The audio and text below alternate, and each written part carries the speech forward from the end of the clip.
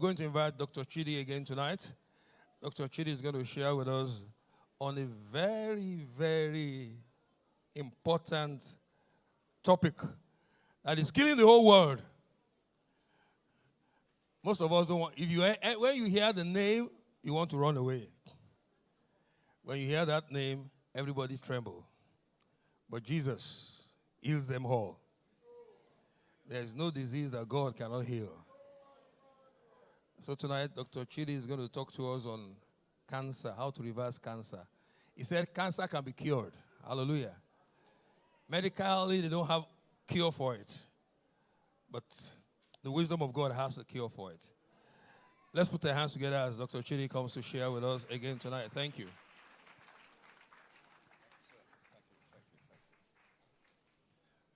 Yes, good evening again. It's a wonderful thing to be in the house of God, isn't it? I am privileged, honored to be here. Thank you so much. We must give glory to God. And as I like to do before I start, look, my wife is watching and I just want to say hello to her again. I still miss you. I still love you. You know, sometimes it's difficult, when you travel without your wife. You know that, right? It's very difficult. But I'm looking forward to seeing her again. But before I leave, I have a few things to tell you. And today, if we can have the slide up, please, that would be wonderful. Today, we're going to talk about cancer. When I was younger, when I was a first-year medical student, people were so afraid of the name cancer, they just called it the big C. Because cancer meant death. Cancer meant your time was up. But what I'm going to do, I'm just going to show you really why we get it and what we can do about it. So with the next slide, you'll see that there's an individual man who was the prime minister, the premier. No, the next slide, please. The next slide. And the next one. Nope, we're totally out of order. So there's a picture of the Prime Minister of China. Go to that. That's the next slide. Anyway, the Prime Minister of China was dying of cancer at the end of the 1970s. And he did something quite good. He said, look, because I'm dying of cancer, I want to figure out why are people dying of cancer? And that was good. He was on his deathbed, but he wanted to know why people were dying of cancer. Okay. So what he did, if you go on to the next slide, he did a survey of the entire Chinese population. It is the biggest survey ever done on human health. It took in 880 million people. 880 million people. The number of researchers was 650,000. That will be a big study in itself. Now, they surveyed the whole of China, and they found a few things. If you look at the next slide, they found a few things, and it said that certain areas had high rates of cancer, a bit like the Western world and Africa. 1 in 3 people get cancer, 1 in 2 people get cancer. And adjacent to that, just next door, were areas that had hardly any cancer at all. They said, well, why? Why should this be? Is it in the water? Is it in the air? What is it? They realized also that it was the richest parts of China that got the most cancer. The poorest parts of China hardly got any cancer. And then they came up with a conclusion. The conclusion was, if you show on the next slide, after the China study. Have you heard of the China study? No. So this is the biggest study done on human health. This is the conclusion. Now, look, I'm your friend, right? I'm your brother. Yes? You agree? So, when I was a young man in church and somebody came up to talk about health, it was just, you must not do this. You must not do this. I'm not trying to tell you that today. But I have to give you some facts. This is the conclusion, and that was the more animal fat and protein in your diet, the bigger your risk of cancer. Now, let me put a little bit of extra emphasis on this, Yes, the more animal fat and protein, especially cow's milk. Especially cow's milk. Now look, the researchers didn't even believe it. They didn't believe it, but they did an experiment and they injected some rats with a toxin that causes cancer, and they all got cancer and died, obviously. They then injected another load of rats with that same toxin, reduced the amount of milk in their diet, none of them got cancer.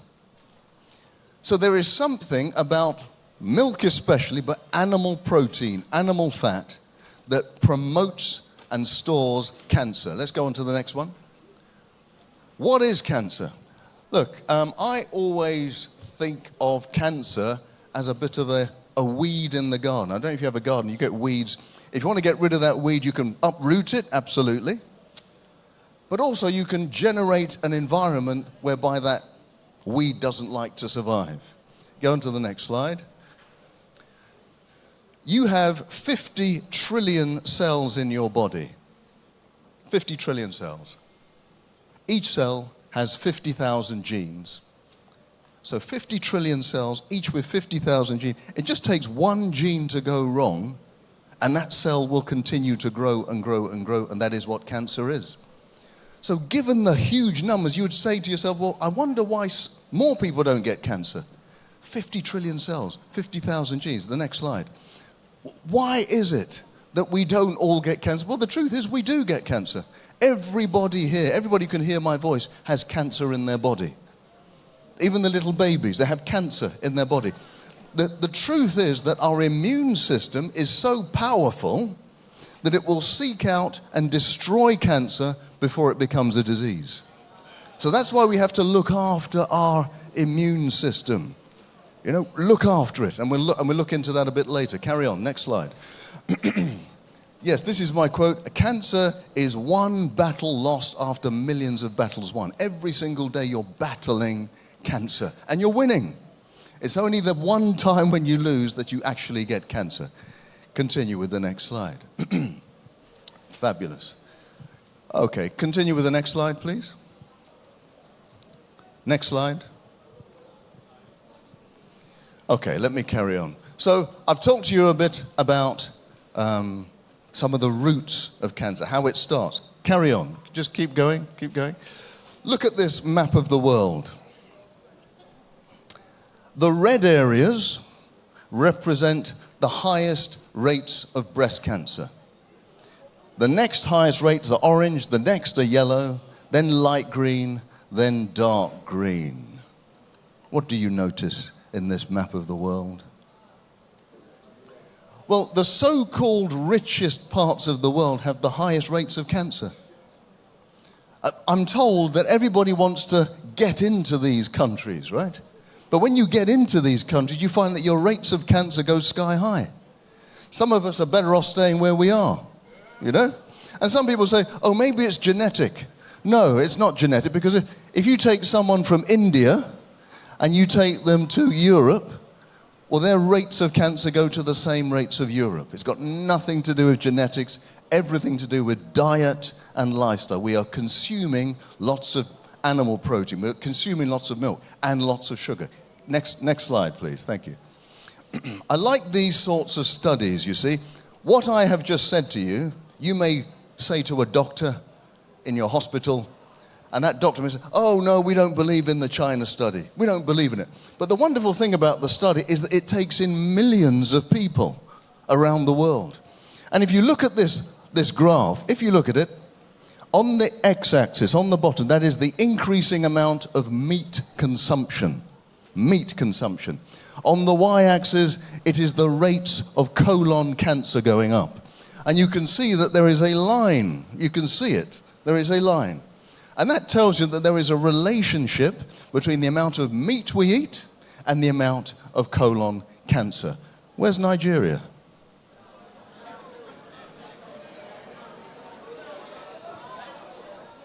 Low levels of meat. This was in the 1970s, folks. Yes. Back then, we were eating better. We were leading the world. Look at this. Low levels of meat consumption back in the 1970s, very low levels of breast cancer. Now, when I go around the shops, I can see that there's a difference in the diet now, right? And our levels of breast cancer in Nigeria today are going up sky high with everybody else. Yes, you know this lady, right? Angelina Jolie. She is an interesting lady because she went to her doctor, they did some tests, and they realized that she had the gene for breast cancer. So what did she do? She had her breast removed before she got the cancer. Okay, some people do that. Some people do that. You don't want to get cancer, you have your breast removed. But what they didn't tell her, because they probably didn't know, is that that was not necessary. If you show the next slide. You see, this gene for breast cancer, we call it the BRCA1 or 2, yes, it means that you will get breast cancer. But look, if you're born before 1940, you only have a 24% risk of getting the cancer. If you're born after 1940, it goes up to 67%. In fact, now we know, Angelina Jolie and people today, if you have that gene, you have a 90 to 95% risk of breast cancer. Why should this happen? Well, 1940 kind of gives you a clue. That was the Second World War. Now, in the West, all the countries became quite poor. You could not eat what you wanted to eat. You had rationed food. You couldn't drink as much milk and chocolate and sugar. So because we were poorer in Europe, the breast cancer rates went down. By the way, the diabetes rates almost disappeared. Heart disease nearly disappeared. Just because we were poor enough so that we couldn't afford all the wonderful food that we eat today. The poorer we are, the healthier we are.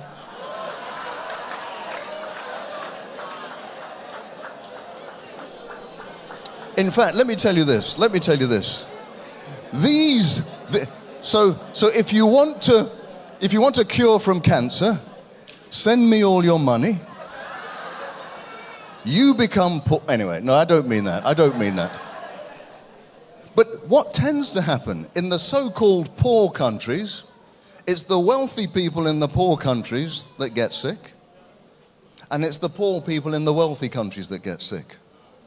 So we need to find a balance somehow. Just because we can afford all the food, we don't have to consume it all. Next slide, please. That would be wonderful. So how do we prevent it? Let's see. Next slide. I'm telling you this because we don't have lots of time. But what I'm showing you here are two things that you can add into your life that will help prevent cancer. And in fact, I have seen people with very advanced cancer. When you have advanced cancer, the vitamin D3 needs to be at about 20,000 units per day. And if you have advanced cancer, vitamin C, you need about 20 grams per day intravenous. What I'm telling you is that I've seen people who've had I've had somebody who had a big skin cancer over their eye. They were told they needed radiotherapy. If they had radiotherapy, they would obviously lose their eye. Instead, they went on to a high-dose vitamin C intravenous infusion, plus, of course, eliminated all the animal protein, eliminated all the sugar and the dairy products. I saw within 2 months that cancer disappeared. I saw it. Now, what I can't tell you, this is not like what I was saying about heart disease and hypertension.